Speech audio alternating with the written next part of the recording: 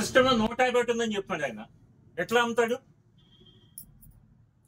అంటే? ఒక 10 రూపాయల డిఫరెన్స్ ఎన్ని వందల డిఫరెన్స్ వస్తుంది ఇది? అడిగితే తప్పంటే ఎట్లా? అడిగితే తప్పంటే ఎట్లా? కస్టమర్ తో రెక్లెస్ గా మాట్లాడడం కరెక్ట్ కాదు. అడిగితే తప్పంటే ఎట్లా?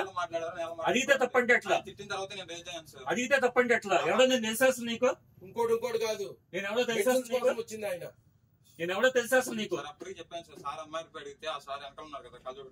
ఆ సార్ అడిగారు 140 ఉంది సార్, సార్ 150 ఉంది సిస్టమ్ అంటే. మా బావగారు వాళ్ళు బయటకు వచ్చి ఏంటి తీసుకున్నారంటే కనుక సార్ చూడండి సార్ 141 ఉన్నది 150 నాకు మెడిసిన్ పికప్ చేసుకుంటాను నేను. నాకు దీని మీద ఎంఆర్పీ సిస్టమ్ ఎంఆర్పీ చెప్పినారు నువ్వు.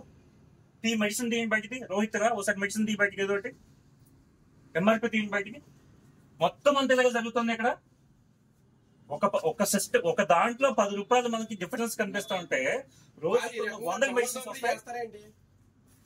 ఎట్లా పెడతారు అసలు నాకు అర్థం కాదు. మీరు అడిగితే ఎవరో ఇంజిన్ అంటే ఏం చేస్తారంట? ఇష్టం తీసుకుని దొబ్బేమని చెప్పేటికి ఇది మాటలు. నేను మాట్లాడిన ఇప్పుడు రమ్మని చెప్పి ఎక్కడున్నాడు, రమ్మని చెప్పి ఎక్కడున్నాడు, రమ్మని చెప్పి ఎండా మర్యాదగా అతను నెంబర్ నేను మాట్లాడుతా అంటే కనుక ఇష్టం అంటే కొనుక్కొని దొబ్బేమని చెప్పేటికి అని చెప్తున్నాడు. నీకు చెప్పాలంటే వచ్చింది పక్కన